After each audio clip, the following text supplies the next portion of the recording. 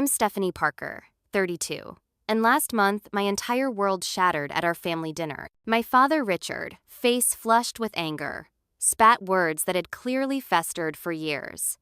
Sometimes we wish Mike was our only child. I froze, fork suspended midair, waiting for my mother Judith to defend me. Her silence cut deeper than Dad's confession. 10 years of financially supporting my parents while brother Mike contributed nothing, and this was my thanks. Fine. If I was nothing to them, their bills would become nothing to me. Before I dive into this painful story, where are you watching from today?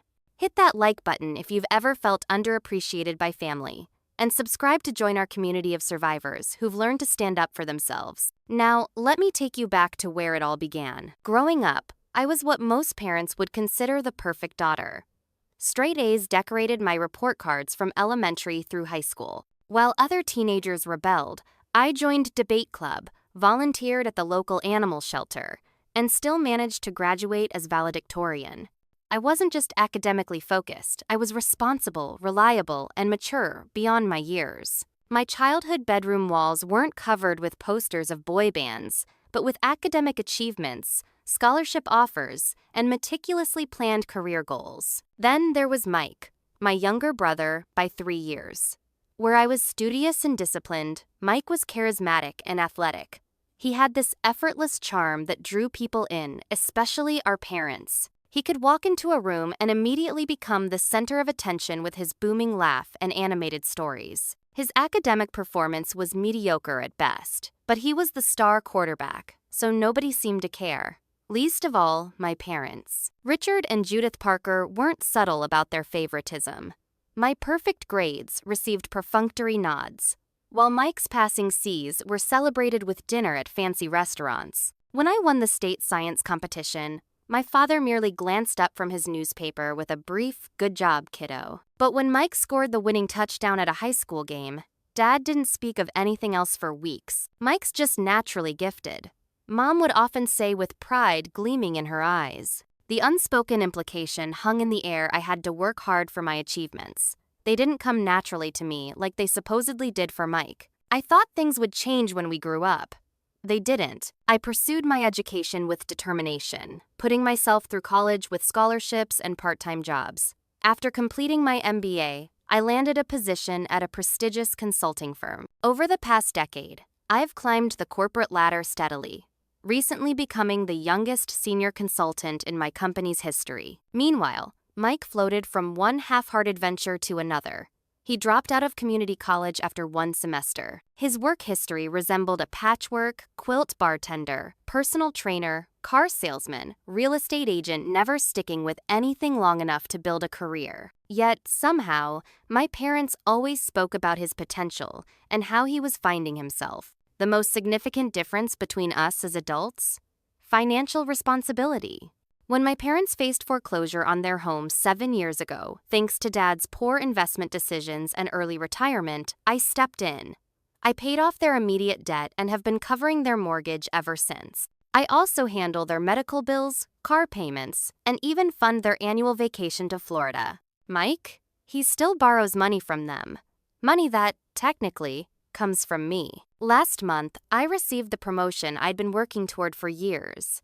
Senior management consultant with a substantial salary increase and equity in the firm. After a decade of sacrifice and 70-hour work weeks, my hard work had finally paid off. I wanted to share this news with my family in person. I stopped by the gourmet bakery to pick up my mom's favorite chocolate raspberry cake. I bought Dad the expensive whiskey he loves, but would never purchase for himself. I even brought a gift for Mike, tickets to a football game for his favorite team. As I drove to my parents' suburban home with its manicured lawn, maintained by the service I pay for, I rehearsed how I'd share my news. I imagined their proud faces, perhaps even an acknowledgement that all my hard work had been worth it. How naive I was. The evening started pleasantly enough. Mom had prepared pot roast, my favorite childhood meal, though I suspected it was coincidental rather than intentional. Dad poured drinks while I arranged the gifts on the coffee table, and we settled into our usual roles. Dad commanding attention from his recliner, Mom flitting between kitchen and dining room, me helping set the table, and Mike arriving 20 minutes late with no apology. Traffic was insane. he announced, giving Mom a kiss on the cheek. No one mentioned that he lived only 10 minutes away. Dinner conversation flowed around mundane topics: neighborhood gossip, Dad's golf game, Mom's book club. I waited patiently for an appropriate moment to share my news, not wanting to appear eager or boastful. Then Mike cleared his throat dramatically. "I've been thinking," he announced, twirling spaghetti around his fork. "I might go back to school. Maybe get a business degree or something." The reaction was immediate and overwhelming. "That's wonderful, sweetie." Mom clasped her hands together. "About time you put that brain to good use," Dad beamed, clapping Mike on the shoulder. "Harvard Business School? Maybe? Stephanie could help you with applications." "This calls for a toast," Mom declared, raising her glass. "To Mike's exciting new chapter." They clinked glasses enthusiastically, making plans for his hypothetical education as if he'd already been accepted to an Ivy League institution. Mind you, this was merely something Mike was thinking about, not an actual plan, application, or acceptance. Just a vague notion, like the dozens of other career paths he'd mentioned over the years. "I actually have some news too," I said during a brief lull, trying to keep my voice steady. 3 faces turned to me with varying degrees of interest. "I got the promotion at work. I'm now senior management consultant, and they've offered me equity in the firm." Mom smiled politely. "That's nice, dear." Dad nodded. "More money then? Maybe you can finally buy yourself a house instead of that apartment." Mike snorted. "More hours too, I bet. All work and no play, Steph." That was it. No toast.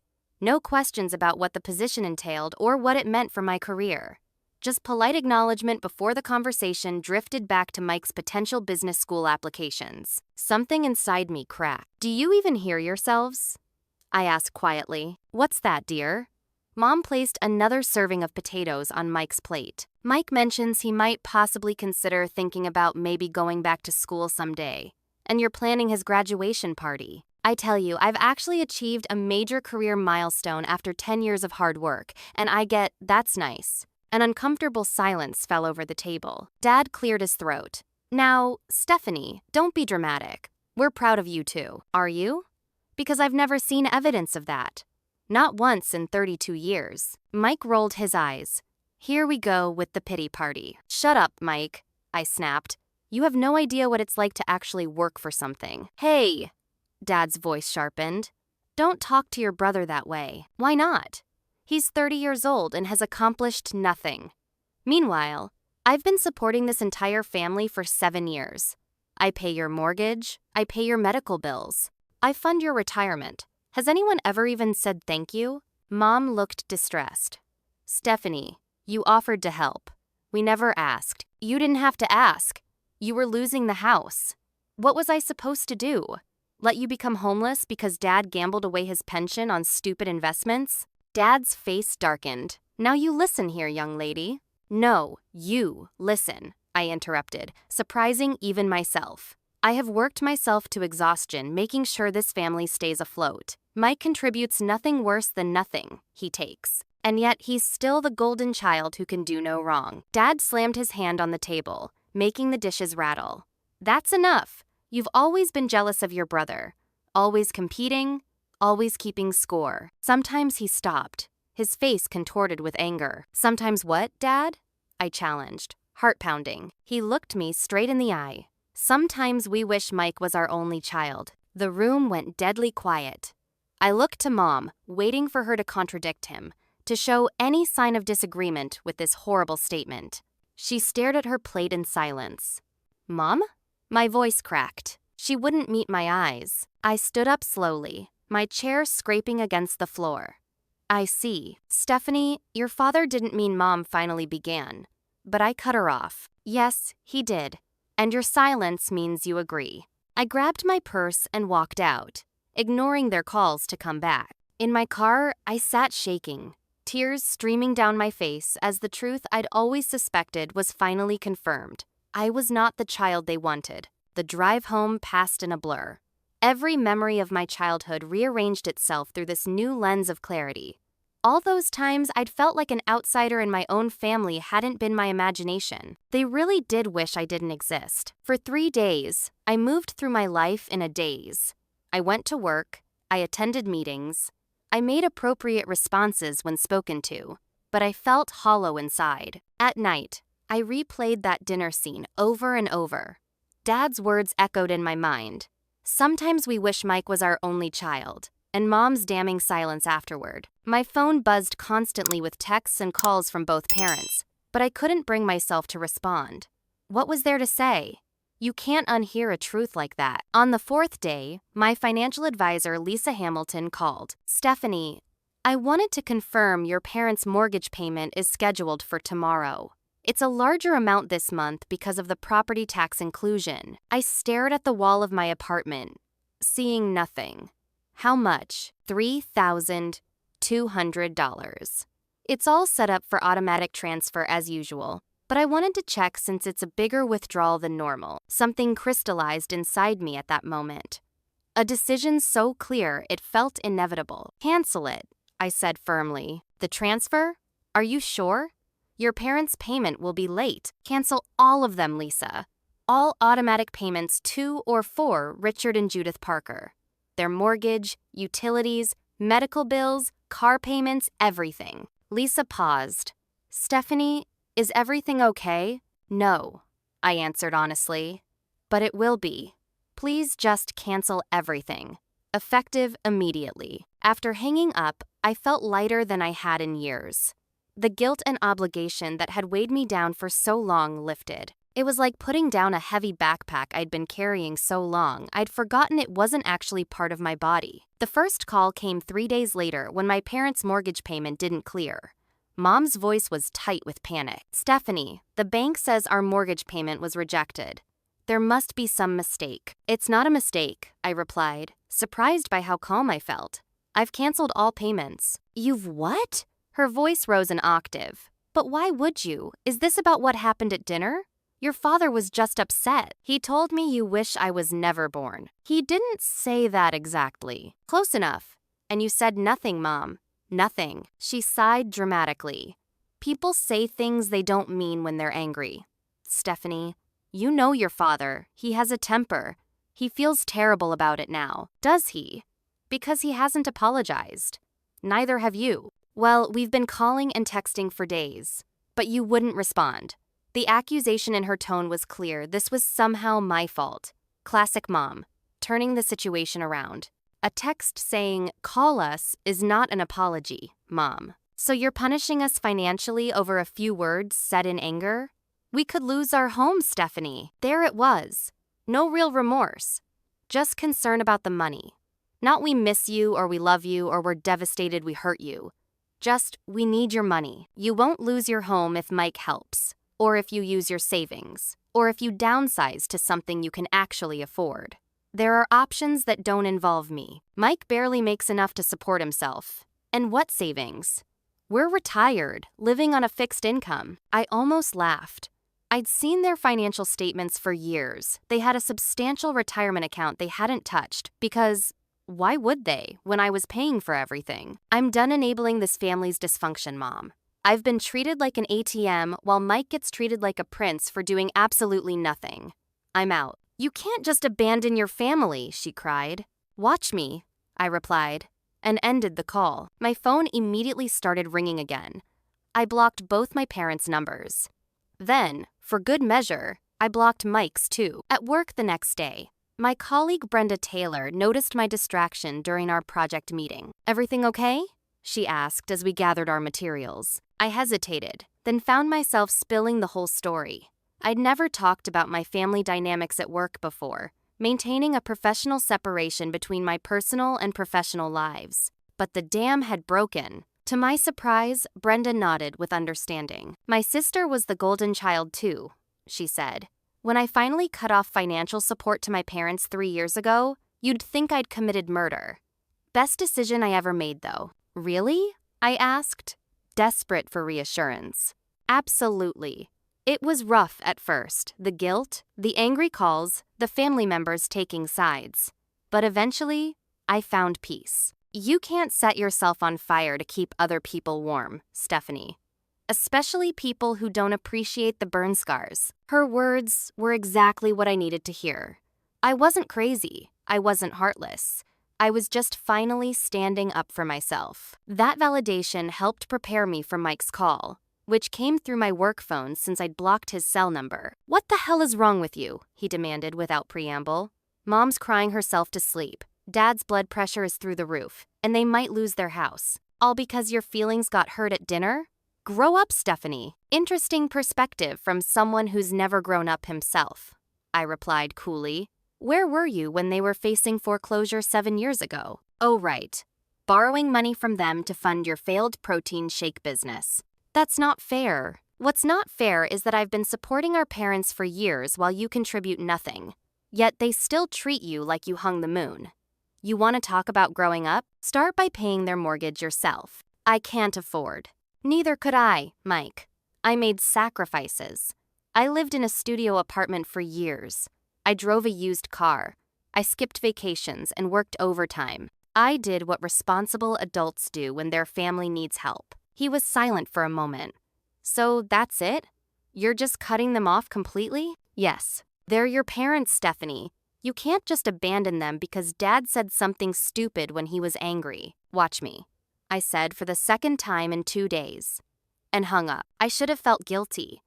I had been raised to believe family came first, that we stick together no matter what. But all I felt was relief, like I'd finally put down a burden I never should have been carrying alone. The weekend after I blocked my family's numbers, I was enjoying a rare, peaceful Saturday morning. For the first time in years, I wasn't checking my parents' bills or calculating how much I needed to transfer to cover their expenses. I was simply enjoying my coffee and the novel I'd been trying to finish for months. The aggressive knocking on my apartment door shattered that peace. Through the peephole, I saw them, Mom, Dad, and Mike, standing in my hallway like an intervention squad. Mom was wringing her hands. Dad looked thunderous, and Mike had his arms crossed in what I assumed was supposed to be an intimidating stance. I considered not answering, but they'd just keep coming back, and I couldn't avoid them forever. I opened the door but blocked the entrance. "This is a surprise. You've left us no choice." Dad pushed past me into my apartment. "You won't answer our calls. You've blocked our numbers. Your mother is beside herself with worry." They filed in uninvited, taking positions around my living room as if they were staking territory. Dad paced by the window, Mom perched on the edge of my sofa, and Mike leaned against the wall, scowling. "We need to talk about this ridiculous decision you've made," Dad continued, his voice carrying the authoritative tone he'd used throughout my childhood. "There's nothing to discuss," I replied, remaining standing. "I've decided to stop enabling this family's dysfunction." "Enabling?" Mom's voice quivered. "Is that what you call helping your parents? It's what I call paying all your bills while receiving nothing but criticism and judgment in return." "We've never criticized you," Mom protested. "Are you kidding me?" I laughed without humor. Dad literally said he wishes I wasn't his child. Dad at least had the grace to look uncomfortable. I spoke in anger. "You know I didn't mean it literally, didn't you? Because it confirmed what I've suspected my entire life, that Mike is the child you wanted, and I'm just the responsible one you tolerate because I'm useful." "That's not true, Stephanie," Mom insisted. "We love both our children equally. Actions speak louder than words, Mom.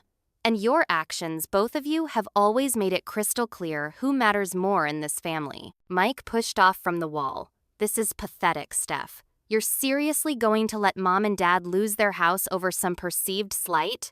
Over your weird competition with me that I never asked for?" I turned to him, anger bubbling over. "You know what's pathetic, Mike? That you're 30 years old and have never once offered to help our parents financially. That you still borrow money from them, that you never pay back. That you show up late to every family event with no apology, contribute nothing but empty promises, and still get treated like you're God's gift to this family. I don't have the kind of money you do," he shot back, "because you've never worked for anything in your life. You dropped out of college, you quit every job after a few months, you've never committed to anything. And they still praise your potential while dismissing my actual achievements." "We're getting off track," Dad interrupted. "The point is, Stephanie, your mother and I are in serious financial trouble because of your sudden decision." I crossed my arms. "You have options. You could use your retirement savings. You could downsize to a more affordable home. You could ask Mike to contribute for once." Mom looked horrified. "We can't ask Mike for money." And there it was, the statement that confirmed everything. "Why not?" I asked quietly. "Why is it expected that I'll sacrifice for this family? But Mike is exempt from any responsibility." The room fell silent. Mom looked away. Dad stuffed his hands in his pockets. "That's different," Mom finally muttered. "How?" No one answered. "Let me be very clear," I said into the silence. "I will no longer be paying any of your bills. Not the mortgage, not the utilities, not the property taxes, not the car payments. None of it. This isn't temporary, and it isn't negotiable." Dad's face reddened. "After everything we've done for you, what exactly have you done for me, Dad? I put myself through college. I built my career without any support from you. I've been financially independent since I was 18, and for the last 7 years, I've been supporting you. We raised you," he shouted. "You provided the legal minimum requirements for a child you clearly wish you didn't have," I shot back. The conversation devolved from there.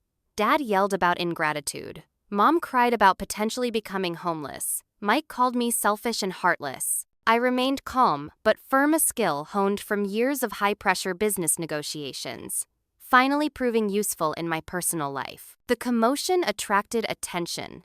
My neighbor, Rachel Sullivan, knocked on the half-open door. "Everything okay in here, Stephanie?" I could hear shouting from my apartment. "Everything's fine, Rachel," I assured her, grateful for the interruption. "My family was just leaving." "We are not leaving until this is resolved," Dad declared. Rachel, a retired schoolteacher with no tolerance for nonsense, narrowed her eyes.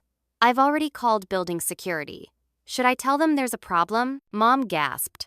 Security? We're her parents, not intruders. Uninvited guests who refuse to leave when asked are, by definition, intruders, Rachel replied calmly. The mention of security deflated their bravado. No one wanted the embarrassment of being escorted out by uniformed guards. "This isn't over," Dad muttered as they gathered their things. "Yes, it is," I replied firmly.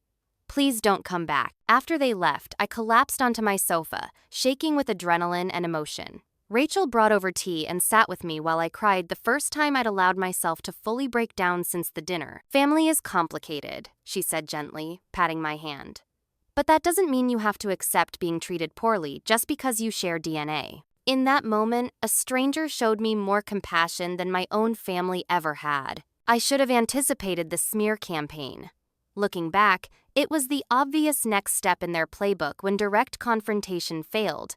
They'd try to use social pressure to force me back into line, but I was unprepared for how quickly and thoroughly they would work to destroy my reputation within our extended family. It started with my Aunt Caroline, Mom's older sister, calling to express her concern. "Stephanie, what's this I hear about you abandoning your parents? Your mother is beside herself." I tried to explain the situation, but it quickly became clear she'd already formed her opinion. "Everyone has family disagreements, dear, but to cut them off financially without warning? That seems unnecessarily cruel. Did Mom happen to mention the years I've been supporting them? Or what Dad said to me? Well, we all say things we don't mean in the heat of the moment. Your father has always had a temper. You know that. But they're still your parents, Stephanie." By the end of the week, I'd received similar calls from 2 uncles, 4 cousins, and even my grandmother, all expressing varying levels of disappointment in my heartless behavior. The narrative had been carefully crafted.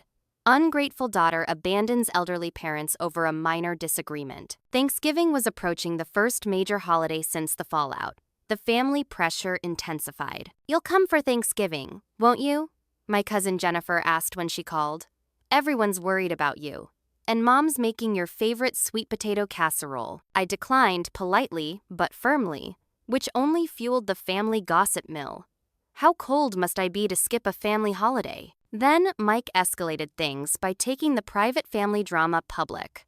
He created a vague but pointed social media post about people who abandon elderly parents when they need help the most and how true character shows in difficult times. He didn't name me explicitly, but everyone who knew our situation understood the reference. My phone buzzed with a text from my cousin Rebecca Wallace. "Thought you should see this."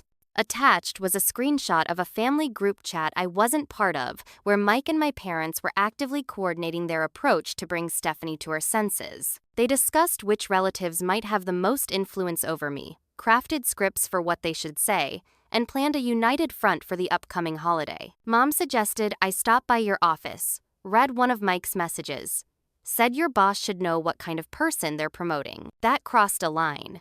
The thought of them bringing this drama into my professional life made me physically ill. My work performance was already suffering. I'd always prided myself on maintaining focus, regardless of personal circumstances, but this situation had seeped into every aspect of my life. I was distracted in meetings, missing deadlines, and making careless errors. My boss, Daniel Peterson, called me into his office after I submitted a client proposal with obvious calculation errors, something I'd never done in my 10 years with the company. "Stephanie," he began gently after I'd taken a seat, "I've noticed you're not quite yourself lately. Is everything okay?" I considered giving a generic, everything's fine response, but I respected Daniel too much to lie to him. "I'm dealing with some family issues," I admitted. "I'm sorry it's affecting my work. It won't happen again." He leaned back in his chair. "We all go through personal challenges. That promotion came with additional stress, and if you need to adjust your workload temporarily—" "No," I interrupted. "Work is actually my sanctuary right now. I just need to compartmentalize better." Daniel nodded, but his expression remained concerned. "Just remember, your value here isn't just about productivity. We care about you as a person, Stephanie." His kindness nearly broke me. Here was my boss, someone with no obligation beyond a professional relationship, showing more genuine concern than my own family. After that conversation, I considered giving in. Maybe I was being unreasonable. Maybe I should just resume the payments, apologize to everyone, and go back to the way things were. It would certainly be easier than continuing this painful battle. That evening, exhausted and demoralized, I checked my voicemail for the first time in days. Among the messages was one from my father that changed everything. "Stephanie, this has gone far enough. Your mother isn't sleeping, her blood pressure is dangerously high, and it's all because of your childish tantrum. After everything we've sacrificed for you, this is how you repay us? By trying to punish us? Well, congratulations. You've proven your point. You're hurting us. Is that what you wanted? To hurt the people who gave you life? Who raised you? You've always been selfish, but I never thought you'd stoop this low. Call your mother before you do irreparable damage to this family." Not one word of apology. Not one acknowledgement of their role in the situation. Just more guilt, more accusation, more emotional manipulation. I played it 3 times, letting the words sink in. Then I made an appointment with my therapist, Dr. Joan Miller, whom I'd been seeing sporadically for general stress management, but had never fully opened up to about my family dynamic. In her quiet office the next day, I finally told her everything, not just about the recent blow-up, but about a lifetime of feeling second best, of carrying the financial and emotional burden of my family while receiving nothing but criticism in return. "What you're describing," Dr. Miller said carefully after listening, "sounds like a classic pattern of emotional abuse and parental favoritism." "Abuse seems like a strong word," I hedged, uncomfortable with the label. "Emotional abuse doesn't always look like screaming and name-calling," she explained. "Sometimes it's subtler, consistent dismissal of your feelings, treating siblings drastically differently, using guilt and manipulation to control your behavior. Based on what you've shared, your family's treatment of you fits that pattern." She helped me see that my decision to stop financial support wasn't selfish or cruel. It was a necessary boundary to protect my own mental and financial well-being. And more importantly, she validated that my pain was real and justified. "Your feelings are not an overreaction," she assured me. "They're a normal response to years of unfair treatment." For the first time since this all began, I felt truly confident in my decision. I wasn't crazy. I wasn't heartless. I was finally standing up for myself after a lifetime of putting everyone else first. Dr. Miller became my anchor in the weeks that followed. She helped me understand the complex family dynamics I'd been entangled in for decades, and provided tools to manage the guilt and anxiety that still occasionally overwhelmed me. "I'd like to suggest something," she said during one session in early December. There's a support group for adult children of emotionally immature parents that meets weekly at the community center. Many members have gone through similar experiences with setting boundaries. Would you consider attending? The thought of sharing my personal struggles with strangers was uncomfortable, but I was desperate for connection with people who might understand. The first meeting was awkward. I sat quietly against the wall, listening as others shared stories that echoed elements of my own experience. Some had cut contact with toxic parents entirely. Others maintained limited relationships with strict boundaries. All spoke of the guilt, confusion, and relief that accompanied their decisions. When my turn came, I surprised myself by speaking openly about my situation. No one judged me. No one told me I was selfish for prioritizing my own well-being. Instead, I received nods of understanding and murmurs of support. After the meeting, a woman named Kelly Martinez approached me. "Your story really resonated with me," she said. "I went through almost the exact same situation with my parents 3 years ago. The golden child brother, the financial dependence, all of it." We exchanged numbers and met for coffee the following weekend. Kelly was 3 years further along in her journey than I was, and her perspective was invaluable. "The holidays will be the hardest," she warned. "There's so much cultural programming about family togetherness. You'll question your decision 100 times. Just remember why you made it in the first place." She was right. As Christmas approached, the pressure intensified. Daily calls from relatives, guilt-laden holiday cards, even a basket of my favorite childhood treats delivered to my door, all designed to pull me back into the fold without addressing the underlying issues. I'd always spent Christmas Eve at my parents' house, Christmas Day at my aunt's. This year, I planned to do neither. The thought of spending the holidays alone was depressing, but preferable to subjecting myself to more emotional manipulation. Then Brenda from work surprised me with an invitation. "A bunch of us orphans and strays are getting together for Christmas," she explained. "People who can't or won't go home for the holidays. Nothing fancy, just food, drinks, maybe some terrible karaoke. You should join us." For the first time since the family rupture, I felt a spark of genuine excitement. Meanwhile, I worked with Lisa, my financial advisor, to create a responsible exit plan from my parents' finances. We'd been so deeply entwined that separating our affairs was complicated. "Your name is still on some of their accounts as an authorized user," Lisa pointed out during our meeting. "We should remove that to protect your credit if they default on payments." We spent hours untangling the financial web I'd created over 7 years of supporting them. Lisa helped me set up automatic transfers to my own retirement and investment accounts, redirecting the money I'd been sending my parents toward my own future security. "You've been neglecting your own financial goals to support your parents," she observed. "At this rate, you'd have needed to work well into your 70s. That revelation was sobering. I'd been so focused on keeping my parents afloat that I'd compromised my own financial future. In mid-December, I received a notice from my parents' mortgage company.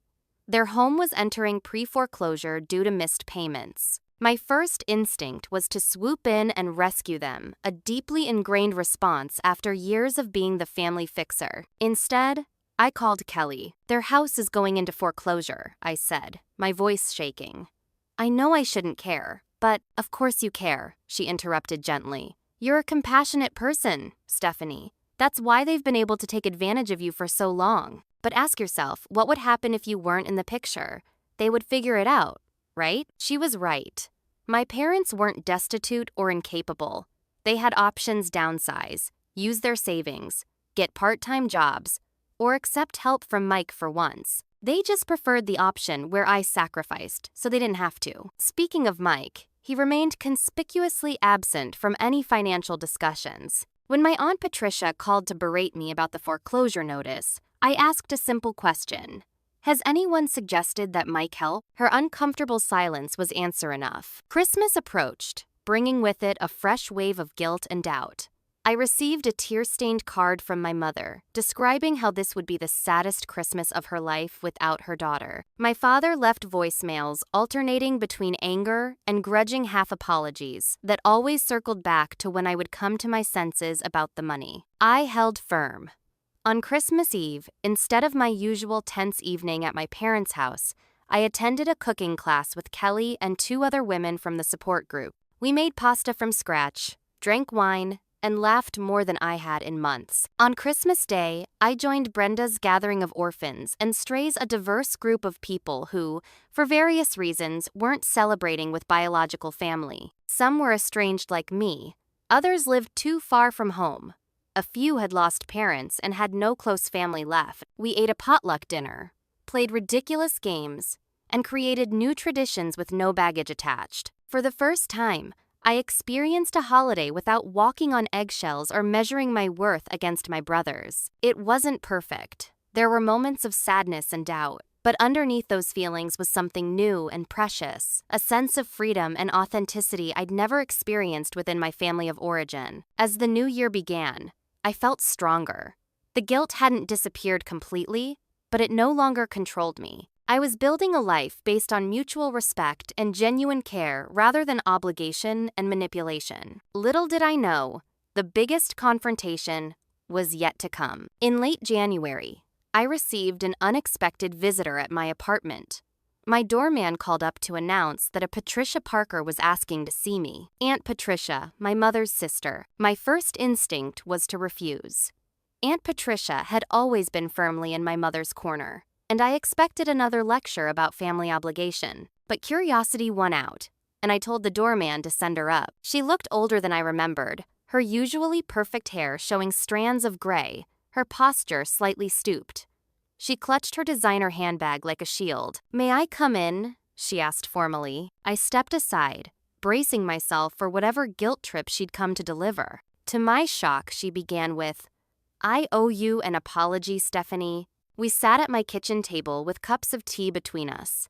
Patricia stared into her cup, gathering her thought. "I've been unfair to you," she continued. "When your mother called about the financial situation, I immediately took her side. It's what I've always done. But after our last conversation, when you asked if anyone had suggested Mike help, she shook her head.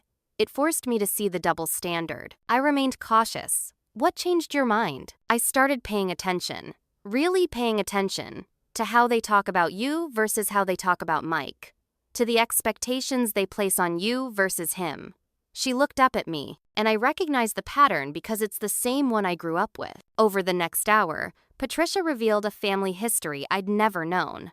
My mother Judith had been the golden child in their family, while Patricia was the responsible one expected to sacrifice. "Your grandmother lived with me for the last 12 years of her life," she explained. "I paid for her care, her medical bills, everything. Judith visited on holidays and was her favorite until the day she died." The generational pattern was unmistakable. My mother, having been the favored child, naturally recreated that dynamic with her own children. Mike was her, and I was Patricia. "I didn't see it happening to you because it was so normal to me," Patricia admitted. "The responsible child takes care of everyone. That's just how our family works." "It's not fair," I said quietly. "No," she agreed. "It's not. And I should have recognized it sooner." Patricia had come with more than just an apology. She'd also brought information. "Your parents aren't as financially desperate as they're claiming," she revealed. "Judith let some things slip when she was upset. They have over $300,000 in retirement savings they haven't touched. They've been living on your contributions while preserving their own assets." This information shouldn't have surprised me, but it still felt like a punch to the gut. All those years of stretching my budget, cutting my own expenses, delaying my own financial goals while they had resources they chose not to use. "Why are they letting the house go into foreclosure then?" I asked. "Because they're convinced you'll cave before it actually happens," Patricia said bluntly. "They don't believe you'll really let them suffer consequences." The manipulation was so transparent now that it had been named. Patricia wasn't the only unexpected alliance formed during this time. About a week after her visit, I received an email from someone named Allison Jenkins, with the subject line, "Mike's girlfriend need to talk." We met at a coffee shop the following Saturday. Allison was pretty and polished, not Mike's usual type. She fidgeted nervously with her cup. "Mike doesn't know I'm meeting you," she began. "He'd be furious." "Why did you want to talk?" I asked. She took a deep breath. "Things aren't adding up.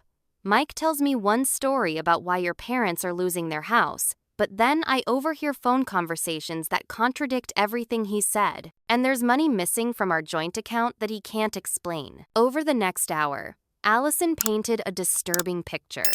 Mike had a gambling problem he'd kept hidden from the family. He'd borrowed money from multiple friends, maxed out credit cards, and even taken cash from Allison's purse. The business ventures he'd been starting and stopping for years were often covers for gambling losses. I found betting receipts going back 3 years, she confided. When I confronted him, he promised to get help, but then I caught him placing bets online last week. I felt a strange mix of vindication and sadness. Mike's irresponsibility ran deeper than even I had realized.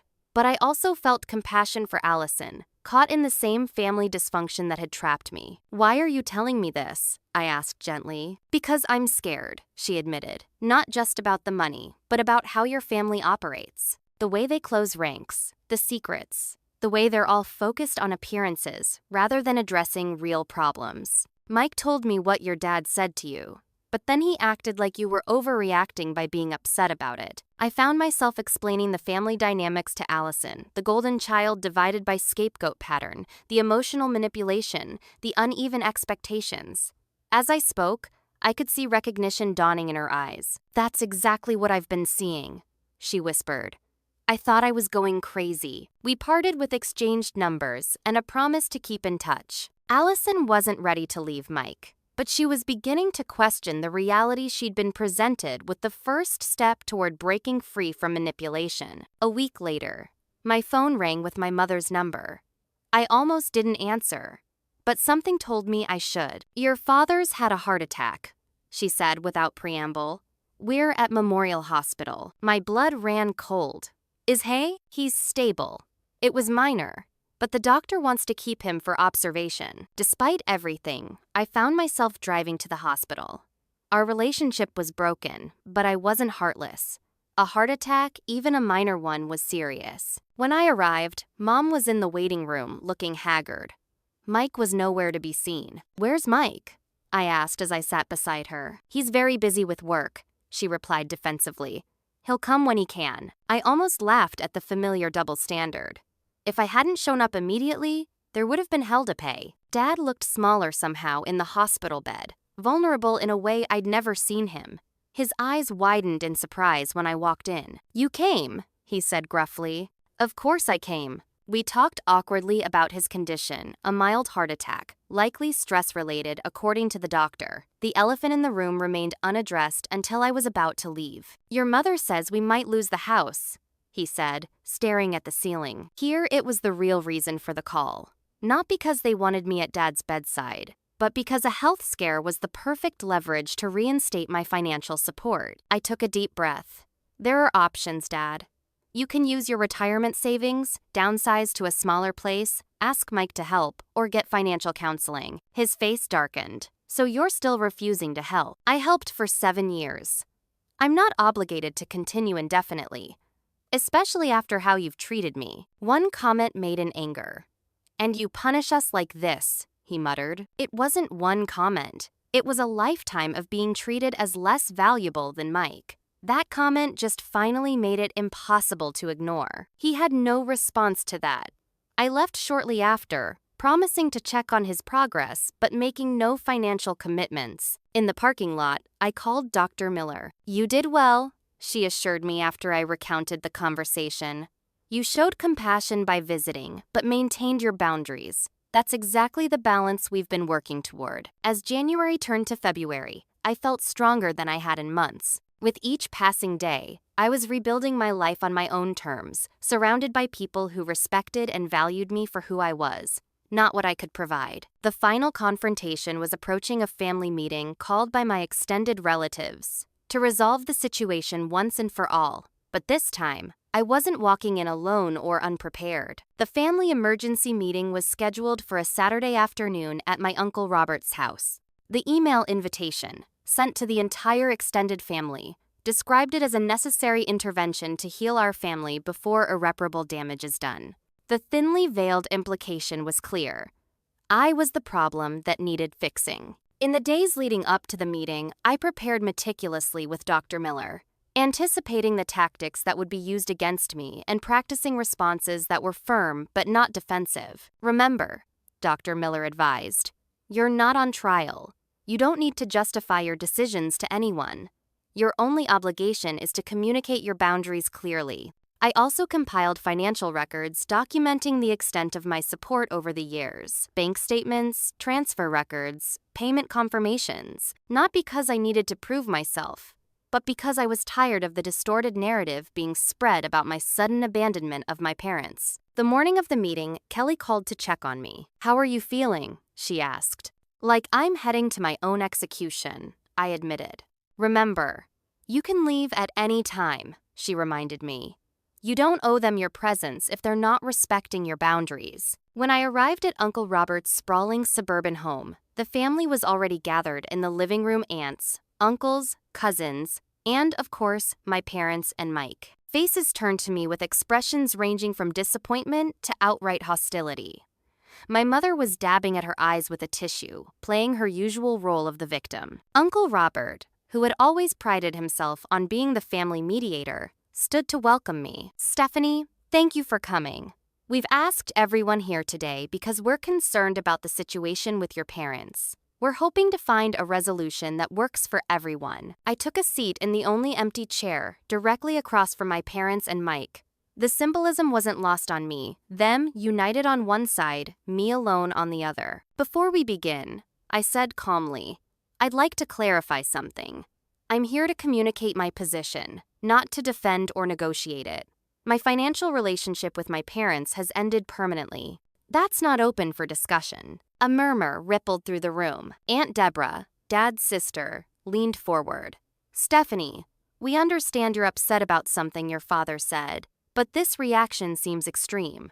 Your parents might lose their home." "This isn't about one comment," I replied. "And my parents have multiple options to avoid foreclosure that don't involve me." "Like what?" Uncle Paul challenged. "They have substantial retirement savings they haven't touched. They could downsize to a more affordable home. They could seek financial counseling." I paused. "Or they could ask their son to contribute financially for the first time in his life." All eyes turned to Mike, who shifted uncomfortably on the couch. "Mike isn't in a position to help right now," Mom said quickly. "Neither was I 7 years ago," I countered. "But I made sacrifices because that's what responsible adults do when their family needs help." Uncle Robert tried to redirect the conversation. "Let's talk about how we got here.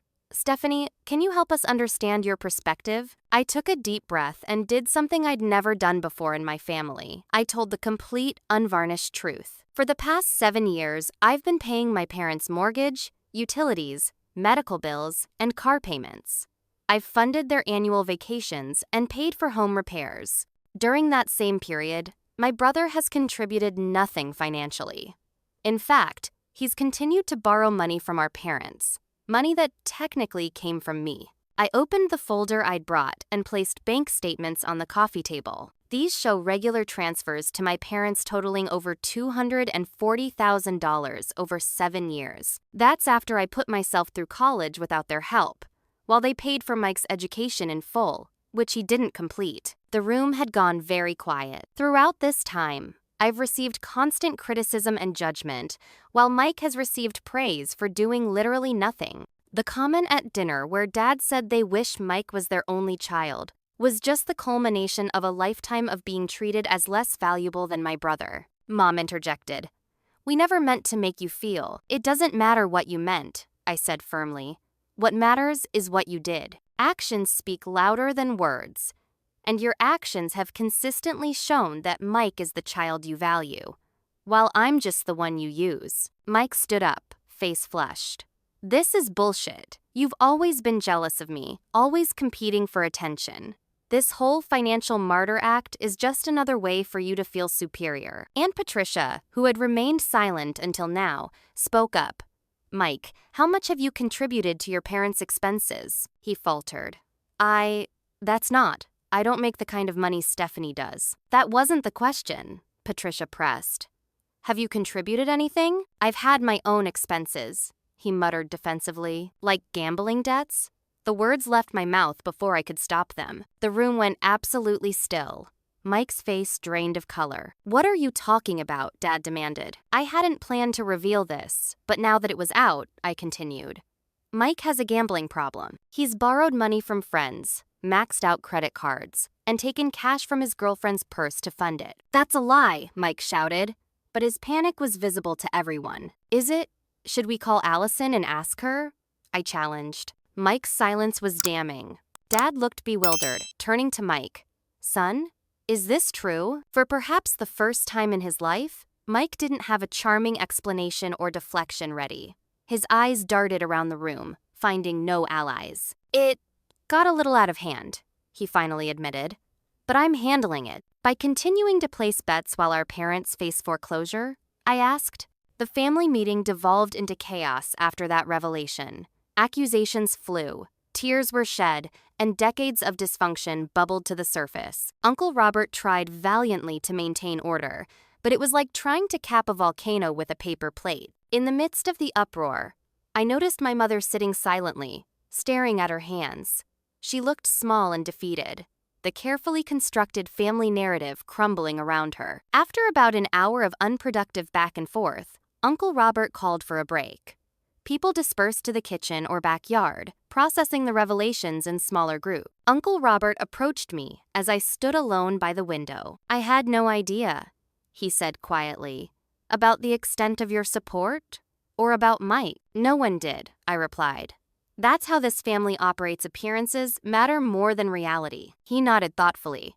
"What would it take for you to consider helping your parents through this immediate crisis? Not resuming full support, but perhaps a one-time contribution to prevent foreclosure while they make arrangements to downsize?" I appreciated that he wasn't demanding or guilt-tripping, but actually asking what I would consider acceptable. "An acknowledgement of the truth," I replied after consideration.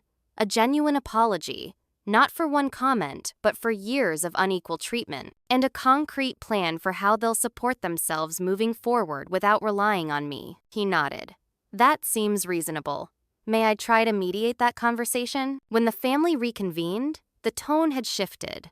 Uncle Robert facilitated a more structured discussion, allowing everyone to speak without interruption. Some relatives who had arrived ready to condemn me were now quiet, reassessing their understanding of the situation. Dad spoke first in the new round. "I never realized how much you were carrying for us, Stephanie." His voice was subdued. "I guess we just got used to your help and started taking it for granted." It wasn't exactly an apology, but it was more acknowledgement than I'd ever received from him. "We don't want to lose you," Mom added tearfully. "We love you. We never meant to make you feel less important than Mike." "But you did," I replied gently, "consistently, for my entire life. You can't just say you didn't mean it and expect everything to be fixed." The conversation continued for another hour, occasionally tense but more productive than before. Uncle Robert proposed a compromise. I would make one final contribution enough to halt the immediate foreclosure proceedings, while my parents worked with a financial advisor to create a sustainable plan that didn't involve my ongoing support. "And this has to include accountability for Mike," I insisted.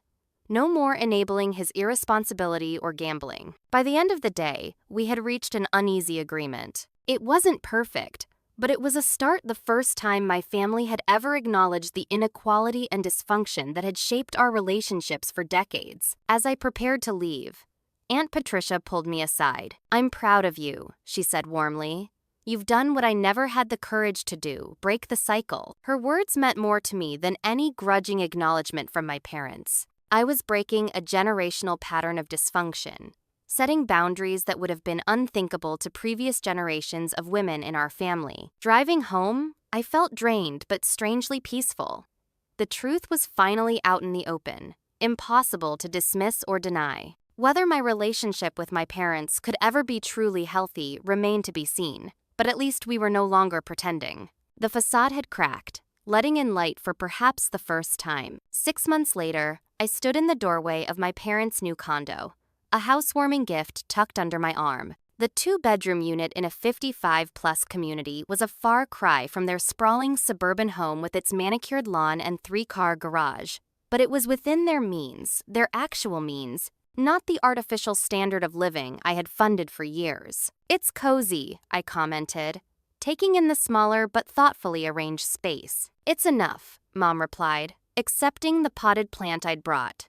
"We're adjusting." The foreclosure had been averted with my final contribution enough to cover the arrears and give them time to sell the house on their own terms rather than through a distressed sale. The proceeds had allowed them to purchase this condo outright and establish an emergency fund. Our relationship remained a work in progress. The monthly dinners had been replaced by occasional coffees or lunch dates, shorter interactions with clear beginnings and endings, easier to navigate than the emotionally charged marathons of the past. We still hit rough patches when old patterns emerged.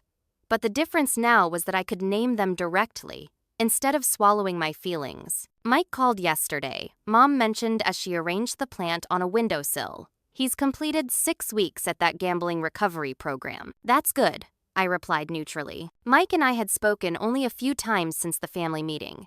He'd initially been furious about the exposure of his gambling problem, blaming me for betraying him. But as family pressure mounted and Allison threatened to leave, he'd finally agreed to seek help. Our relationship might never recover completely, but that was okay.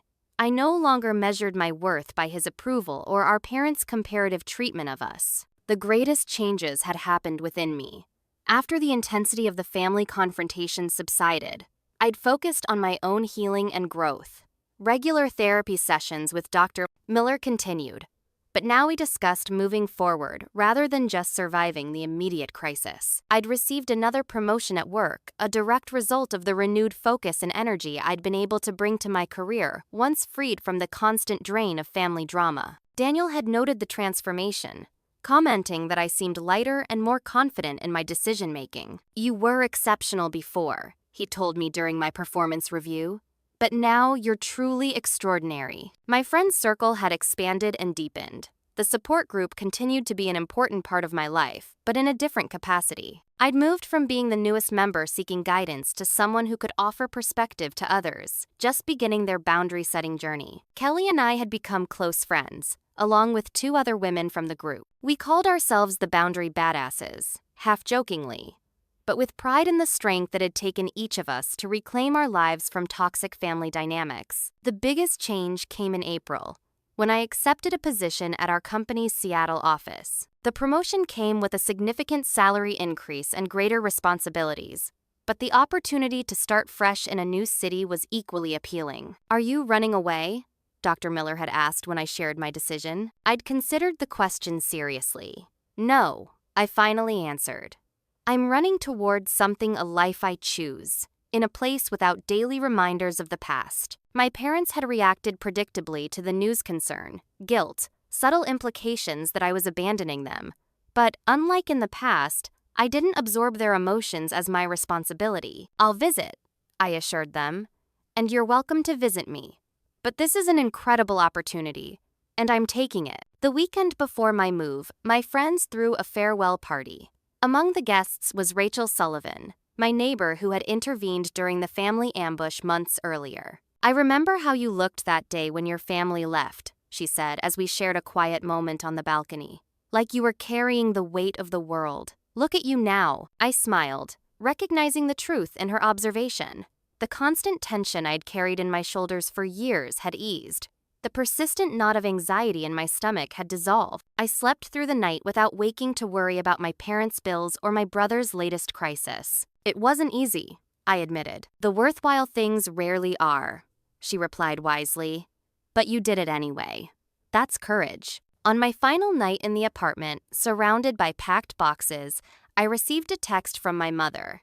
"Dad and I were wondering if you'd like to have dinner before you leave tomorrow." 6 months ago, I would have immediately accepted out of obligation, regardless of my own preferences. Now, I considered what I actually wanted. I texted back, "Thank you for the invitation, but I already have plans with friends for my last night in town. I'll call you when I get settled in Seattle." No guilt, no lengthy explanation or apology, just a clear, honest response. I put down my phone and looked around the nearly empty apartment where I'd lived for the past 8 years. So many of my decisions in this space had been made with my family's needs prioritizing my own. The modest furniture when I could have afforded better. The delayed vacations, the overlooked maintenance because my money was going elsewhere. My new place in Seattle would be different, chosen, and furnished based solely on what I wanted, what brought me joy. The doorbell rang, announcing the arrival of my friends for our farewell dinner. As I welcomed them in, Kelly, Brenda, Rachel, and others who had supported me through the past tumultuous months, I felt a profound sense of peace. This was my chosen family. These were people who valued me for who I was, not what I could provide. People who respected my boundaries and celebrated my growth. We ordered takeout and sat on cushions on the floor, sharing stories and laughter.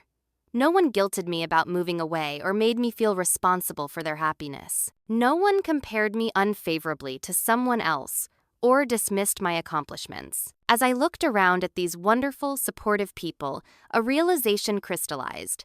I hadn't lost a family. I had found one based on mutual respect and genuine care rather than obligation and manipulation. The journey hadn't been easy, and it wasn't over.